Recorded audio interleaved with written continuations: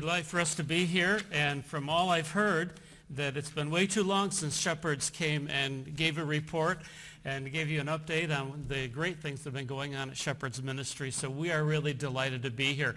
I live in Allentown, Pennsylvania, and I woke up one morning and discovered I was married to a grandmother, and she sits right down here. This is my wife, Jackie, and since we started with Shepherds 11 years ago, we have gathered 6 grandchildren along the way, and I can hardly believe it, but and some of them are in Maine, and some of them are in Milwaukee, Wisconsin, some of them are in Scranton, Pennsylvania, and but we live in the Allentown area, actually Easton, Pennsylvania, home of the boxer Larry Holmes, which some of you older timers may remember from years ago, and so it's really a delight for us to be here. Now let's see, do we have any Shepherds? Yeah, we got the thing behind me here. Guys in the sound room were very helpful in getting things set up today. In your bulletin, I think there was an insert today, and so I hope you have one of those. Hang on to it, and if you ever need the address of Shepherds, it's in very small type on the back page, way down at the bottom, along with our website for both Shepherds Ministries and Shepherds College. So this is a handy little tool. I hope you won't discard it, but kind of keep it around. It was May of 2004 that the Lord prompted our hearts to make a move from pastoral ministry down the Washington, D.C. area and link arms with Shepherds Ministries.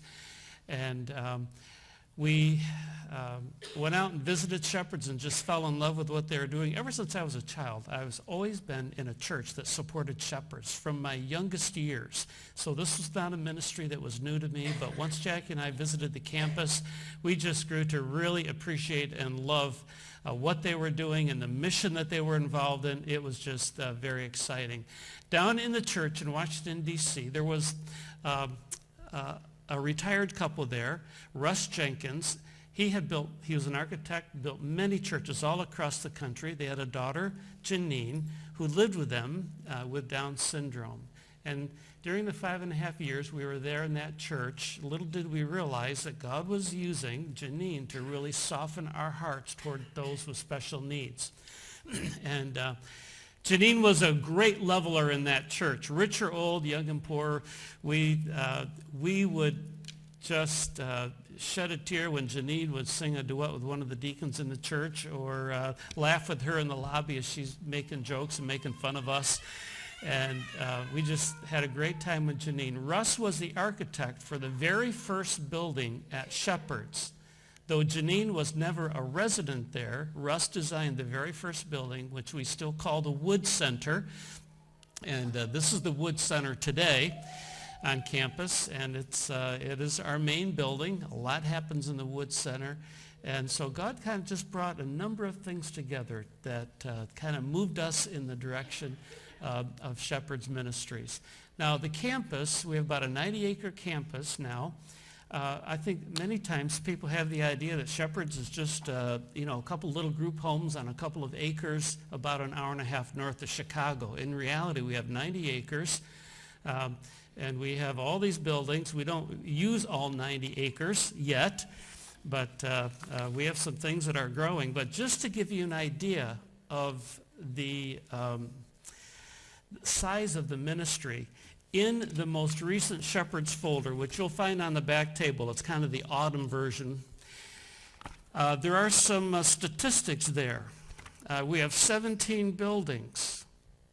We have 390 rooms at Shepherds. 1,500 interior light fixtures. 129 toilets. I mean, this is really important data, right?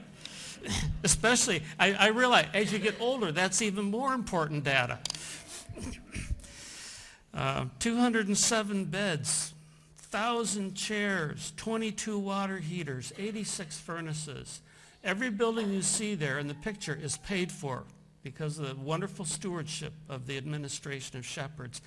But the maintenance of this facility is quite an undertaking. And so as you give to Shepherds and the monthly support that you folks give through this church, which has been going on for a long time, and we are very grateful, and I'm here to say thank you for that, that it contributes to the maintenance and care of residents and the maintenance of the facility so they have a lovely facility in which to live. And we believe that being good stewards of our facility is just part of taking care of our folks. A couple of the programs I'll just mention, the Endeavor program are for those residents who will never learn to live independently. They are the most needy of the residents that we have. We have about 70 in the Endeavor program.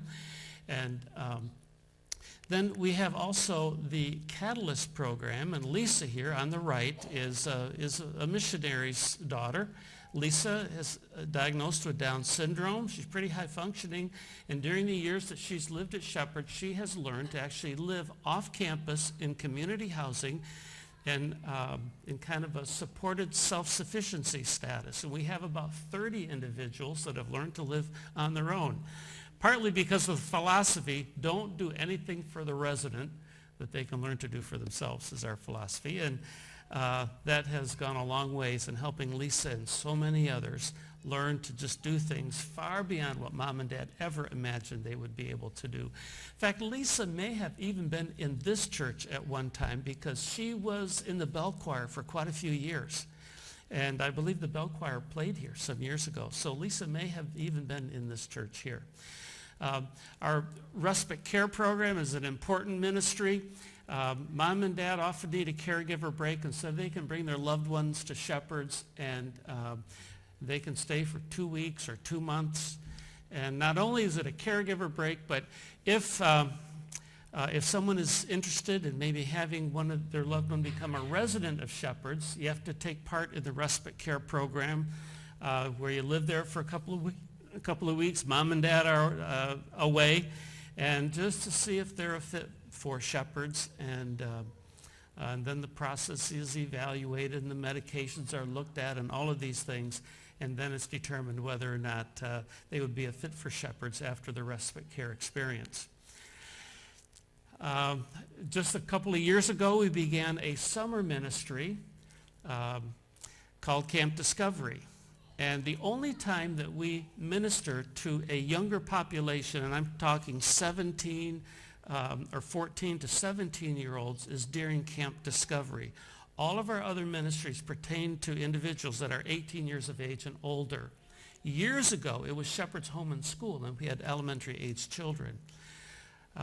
In the wisdom of the administration years ago, God led them toward an adult facility, partly because the state of Wisconsin said you can't have adults and children in the same facility. By that time, many of our children had become young adults. So the transition was made, and wisely so, because there's much more for children these days in the public school setting. But there's not a lot for individuals after they graduate from high school, and that's where Shepherds has really had a great mission and ministry through the years. So 1 week of camp for the younger individuals, a couple of weeks of camp for the older individuals, and then we have 1 week of college camp, which is kind of a mini Shepherds college experience. You say college, Shepherds, that just doesn't equate. And so we'll say a little bit more about the college experience at Shepherds in just a moment.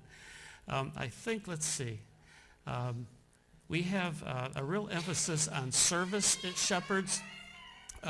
We believe that not only are we as a church family to serve people with special needs, but those with special needs are to serve as well. In fact, often I will challenge the church. I say, it's not enough just to serve individuals who have unique kind of intellectual challenges, but we really haven't fully ministered to them until we find a place of ministry for them in keeping with their ability and skills so that they have a chance to serve as well. But one of our staff put together this short video on service, and let's see if we can get her going. Here we go.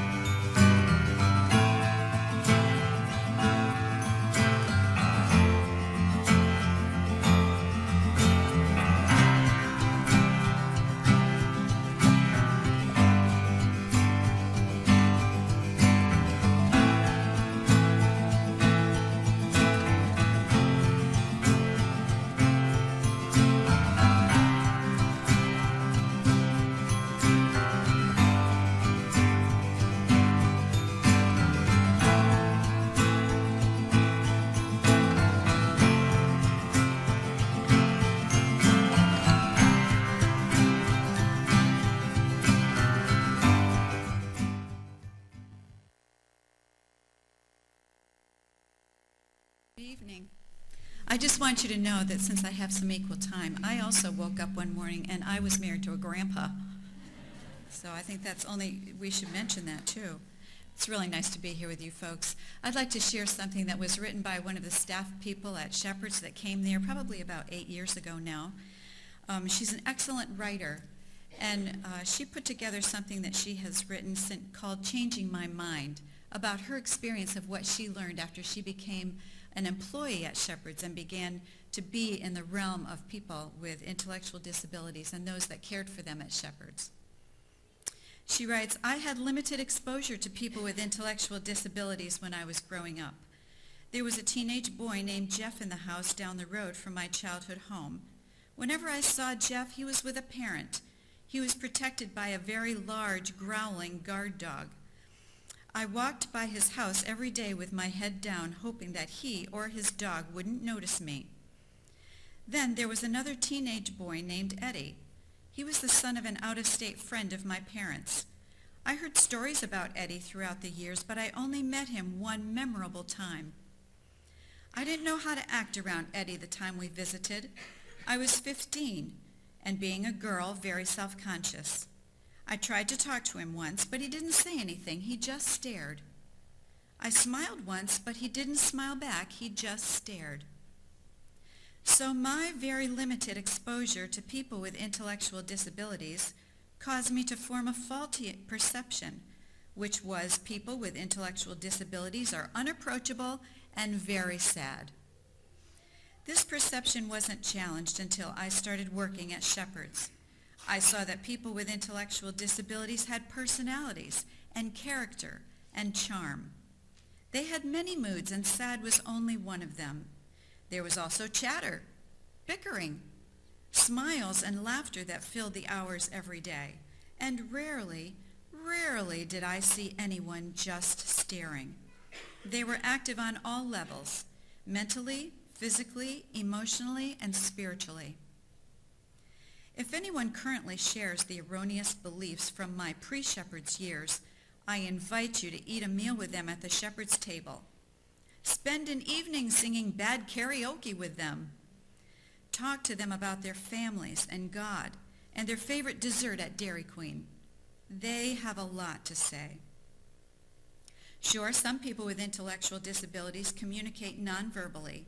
Some of their noises sound an awful lot like moaning. But stop for a moment and really listen. Watch their expressions and listen to the inflections in their voices. They have something to tell you. They are excited. They might be angry. They have a story. Hear them. And some people with intellectual disabilities stare.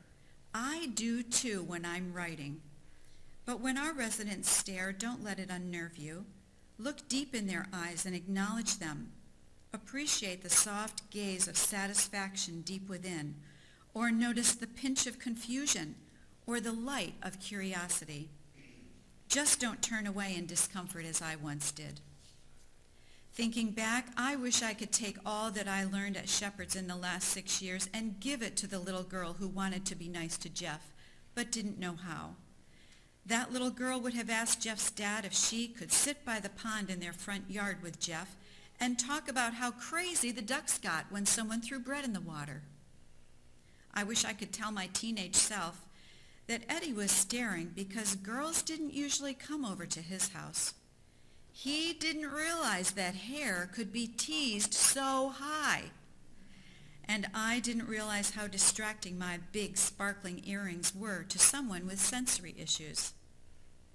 I'd like to think that my teenage self would have been less self-absorbed and more patient, that I would have smiled more than once or asked him more than one question. Or maybe I should have stared back to let him know that I was aware of him and wanted to take the time to figure out this whole new form of communication. It took the people of Shepherd's to teach me that disability doesn't equal sadness and separation. Disability is just one tiny part of the richness of our human experience. The other parts? Purpose, faith, friendship, community, learning, talents, strengths and weaknesses, adventure, promise, love, loss, communication, and caring. It's all there in every one of us. Shepherd's changed my beliefs about disability.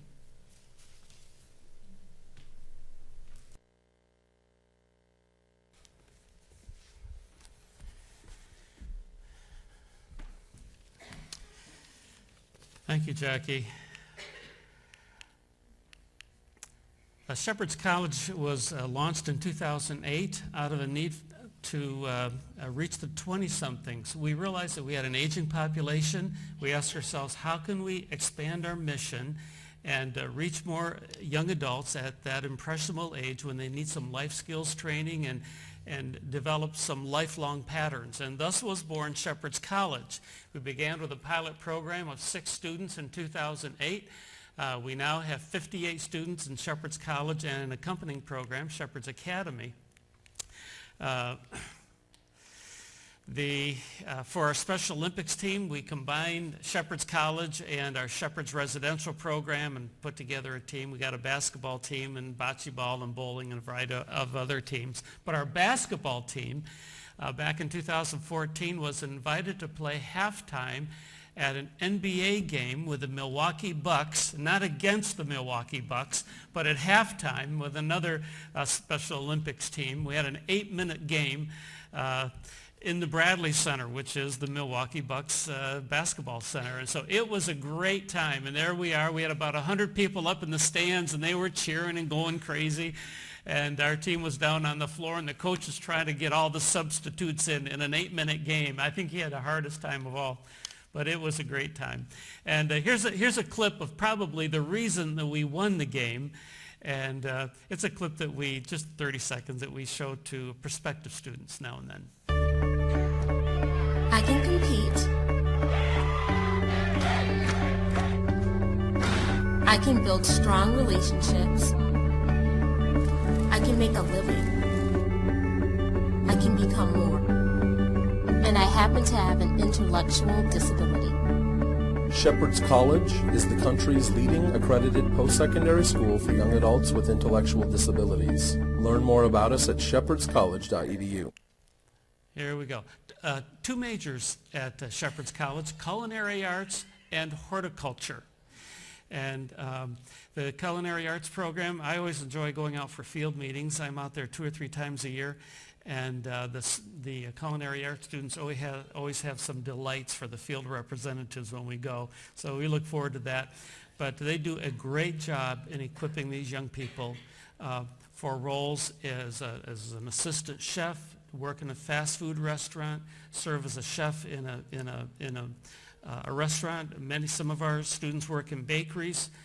During the 3rd year, whether you are in the horticultural program or the culinary arts program, the 3rd year students spend between 750 and 1,000 hours working for an employer in the community as part of their training in the area of their specialty.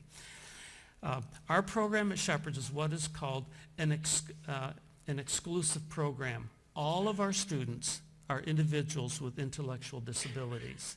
But we prepare them for inclusion through life skills training, through job training, vocational training, biblical training and discipleship, and the 700 to 1,000 hours of work in the community. So when they come out, they are equipped to work in the community. Many move back home, and we have a job coach to help them find employment back home.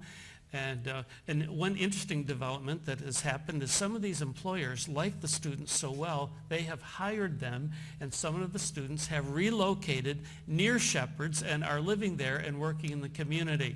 And that was kind of an unexpected twist that we didn't realize, but they've learned to live with kind of a supported self-sufficiency, and some very independently, which is our goal and purpose.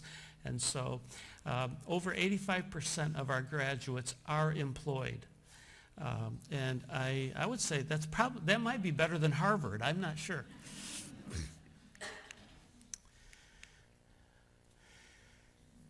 Parents would come to us and say, what are the minimum requirements for Shepherd's College? And we would normally say, well, it's about a 3rd grade reading level, life skills where they can get along with people and not be a threat to anybody. And and they say, well, my loved one really gets along with people. They have pretty good social skills, but they really wouldn't be able to do the academic work. They can't read at a third grade reading level. And so thus was born Shepherd's Academy, a 2-year program which emphasizes life skills, discipleship, Christian living, and just some practical skills like how to use public transportation, how to count money, and those kinds of things.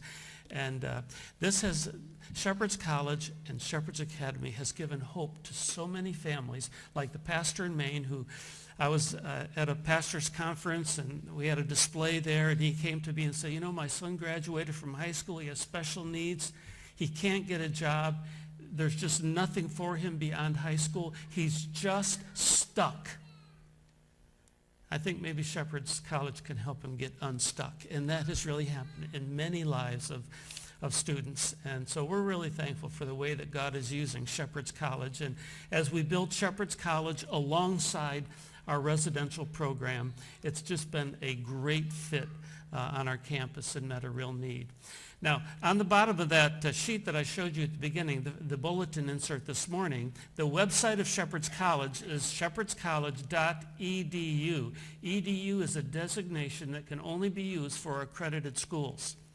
And Shepherd's College has a special accreditation by the Department of Education whereby families can fill out their FAFSA forms and apply for student aid and help just like they would if a student was going to a private school or a private Christian school. And that has been a great help to families, and it really is a testimony to the quality of the program of Shepherd's College, the fact that we've been able to get accreditation already. So that has been a real blessing. While Jackie and I were there in April, our very first missions team from Shepherd's College returned from Jamaica. These kids, let me tell you, they were wound up tight. They were so excited, and they shared their testimonies in our field meetings, and some of the songs that they used as they helped conduct a VBS program for a veteran missionary in a very remote, poor area of Jamaica. And it was just a wonderful experience for these young people who, I would say, had you asked them a couple of years ago, do you think you would ever have opportunity to go on a missions trip to a foreign field as part of a missions team? I would say most of these students with intellectual disabilities would say, I would never get chosen for something like that. And God wonderfully used them. And it was just a great encouragement to them, and they did a great job. And there's one of the kids that they worked with, the picture of the team there in Jamaica. And they gave everything they had, as evidenced by this experience. As they got on the bus and headed for the airport, they were wiped out. And so just a wonderful time. Housing at Shepherd's in the first year is kind of a dormitory setting. In the second year, they live in a group home setting, which is, we have built 2 new dormitories for Shepherd's College. Third year is an apartment type of setting where 2 students are in an apartment, and so in that apartment setting, they're expected to do as much of their own cooking as possible. There's a real strong emphasis on cooking and life skills and sanitation, and so it is really an experience designed to help them learn to live as independently as possible. One dad said, you know, the one thing that I could not give to my son that he got at Shepherd's College was the maturity and the experience that comes from living away from home. And as these young people leave home and have to make some decisions on their own with guidance, that's why we call our program Appropriate Independence. It is a very maturing experience. It is a tremendous help to these young people.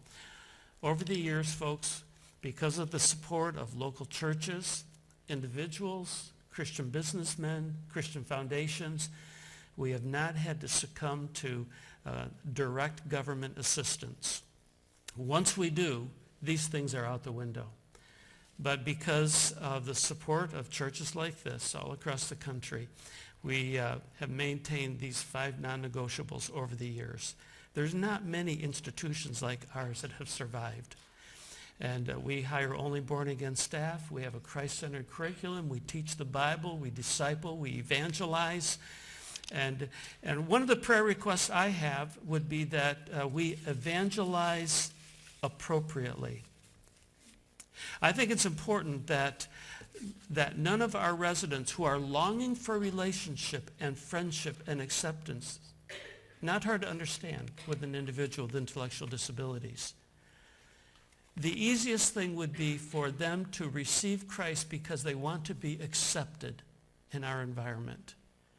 And so our staff has to be very sensitive about how they present the gospel and about the individual's motives in receiving Christ, so that we don't end up with someone with just a conformity faith or just a convenient faith or a faith that is just kind of founded in friendship because they want to be a part of the group, but a faith that is really a conviction faith that results out of a conviction of sin and sensing a need to have a right standing before God through the blood of Christ. And so you might pray for us that not only do we emphasize appropriate independence, but appropriate ways to present the gospel so that we can make sure that we have legitimate decisions for Christ that are life-transforming decisions. Lots of opportunities for work at Shepherd's. We had about 18,000 hours of volunteer work in 2014. You translate that into the minimum wage, that's a lot. That's a lot of help. That's a lot of money. And so you folks, if you would like to, I made a presentation in Maine a couple of months ago, and a family just said, hey, we want to go and be a part of that. And so mom and a daughter went to Shepherd, spent a week, and volunteered to work there, and I'm sure it will have a life-changing impact on that family. And we have a group from First Baptist Church in Johnson City, New York, that these guys are a part of, that come every year and are part. And so if you got a camper and you want to drive out, we got all the hookups there. You can hook up, spend a week or a month, and we'll put you to work. Another way that you can help, there's a brochure on the back table. We call it Beyond the Basics. Many of our residents come from families with very modest means and sometimes don't have the resources for all the things that they really need. And so we have a pool, a fund that goes toward helping the basic things in these individuals' lives. And so you can pick up one of those brochures, pray about it. Maybe the Lord will touch your heart to do something along that line in that area. And I'd like to ask if you turn in your Bibles to Deuteronomy 24. One of the slides I intended to put in, and I neglected to do it, was a slide of Shepherd's Enterprises, which is the vocational side of Shepherd's. We have a lovely 14,000 square foot facility, which we called Shepherd's Enterprises. We have anywhere from 15 to 20 different companies that give us work contracts that our residents work on. 80% of our residents work in Shepherd's Enterprises. They receive W-2 forms and get paid for the piecework that they do.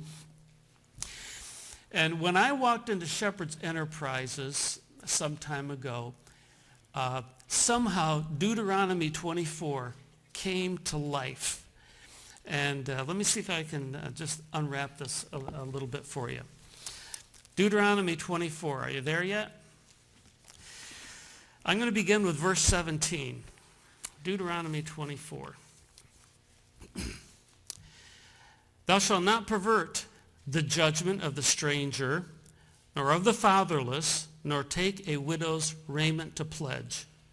But thou shalt remember that thou wast a bondman in Egypt, and the Lord thy God redeemed thee thence. Therefore, I command you to do this thing. Here's the context. Moses and the children of Israel are about to enter the promised land. Of course, we know Moses didn't enter the promised land. But Moses is giving instruction to the children of Israel by inspiration of God. In this particular passage, he's giving instruction as to how he wants his model society to function as they enter the promised land, particularly toward those individuals in their culture who cannot meet their own needs. Now, by way of interpretation, I believe this Old Testament passage speaks specifically of how they are to treat strangers or foreigners, orphans, fatherless, and widows. By way of application, I believe it can apply to individuals like those that we have at Shepherd's who just can't meet their own needs. They have to have help. And so as we look at this passage, verse 17 can be a little bit confusing. Let's unfold it here. Verse 17, the idea of perverting the judgment of the stranger is the idea, pervert the judgment. We're in a court of law. It has reference to the legal system. And basically what it's saying is, don't you dare twist the legal system in your favor, you who understand the legal system, in order to take advantage of a foreigner or of an orphan. And when it comes to a widow, if she has a need, don't expect her to put up collateral to meet that need, particularly, and in this case it's saying, and neither don't take a widow's raiment to pledge. In other words, don't be so hard-hearted that you would take the last thing that she has, the cloak on her back, in order to put up collateral for you to help her out financially. Basically, it's saying just help her. Verse 18.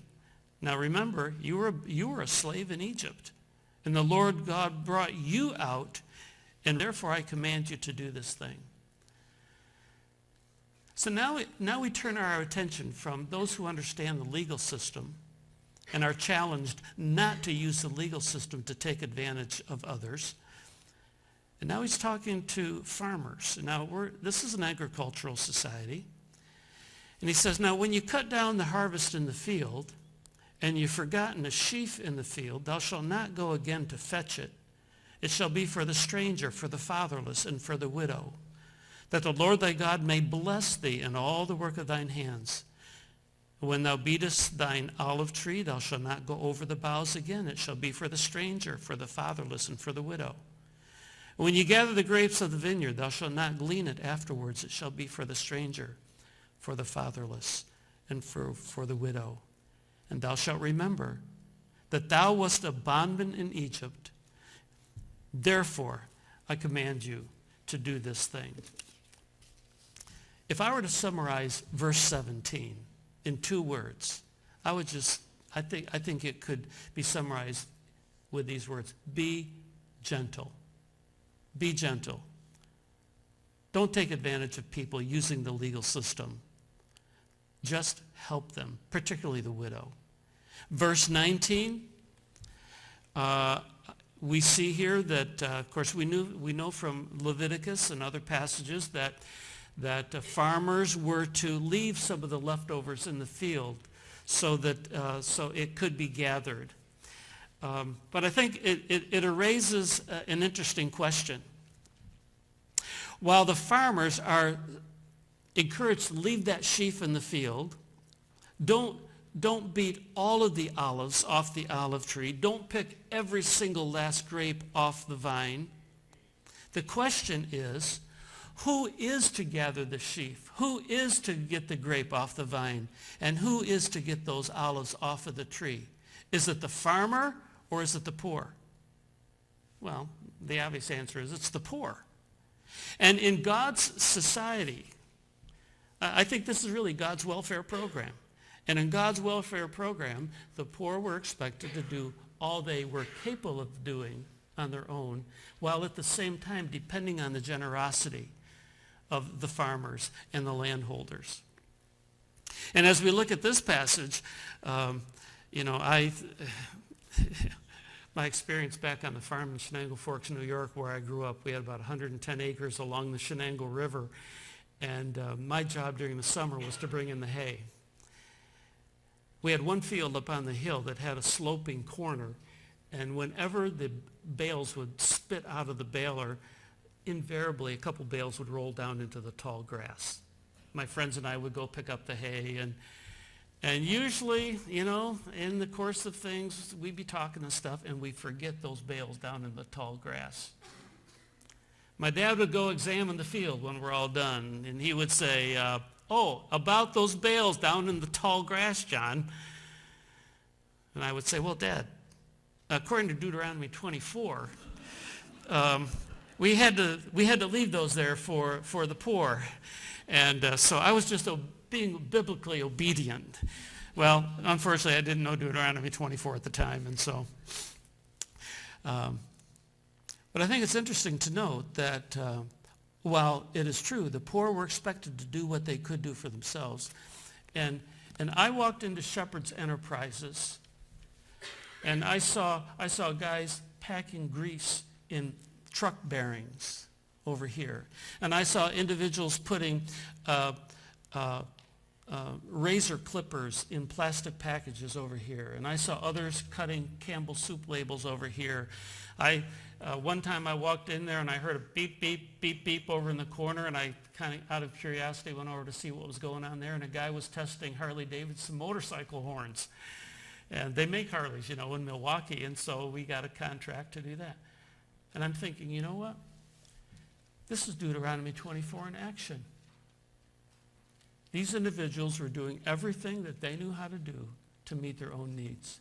And even though it only contributed to a very small percentage of what it really cost to have them there, they were doing everything that they knew how to do to meet their own needs while depending upon the support of other individuals like you folks to meet their needs. And it was just a refreshment to me to see this Old Testament principle at work in Shepherd's Enterprises. There's another factor here that I think is worthy of note as we wrap up tonight. And that is verse 18 and verse 22. Notice that it says almost exactly the same thing. But thou shalt remember that thou wast a bondman in Egypt, and the Lord thy God redeemed thee thence. Therefore, I command you to do this thing. And basically, I think what is being said here is the question that could be asked, what is the motive for our helping these individuals? What is the motive that accompanies the command of this passage? I mean, it obviously says, therefore, I command you to do this. But along with that command, I think there's a motivation of the heart that is addressed before the command is given. And when the text says, but thou shalt remember that you were a slave in Egypt, and I believe what God is saying is, folks, don't forget that there was a time when you were a slave, you did not have sufficient material to make bricks, and you were persecuted, and you were oppressed in Egypt. And I brought up Moses, and you were rescued from Egypt. And now you're about to enter the promised land. Don't forget the compassion and character of God that I demonstrated toward you back then. And that's the same character and compassion that I want you to demonstrate toward these individuals that cannot meet their own needs. So I think the motivation that we see here is not one of sympathy, but one of gratitude of heart that is resident in the individual who chooses to help those who cannot meet their own needs. It's gratitude. If it is sympathy, I think we just forget. We forget the slides, and we forget the pictures, and we forget the videos, and sympathy doesn't last any longer than your memory of what you may have seen tonight. But if it's gratitude of heart, that is your motive, because God rescued you from your Egypt and has ushered you into the promised land of his salvation, then that is a motivation that is with you all the time, that should just free you to be able to serve those who cannot meet their own needs, whether they be at Shepherd's or whether they be in your own church or your own community.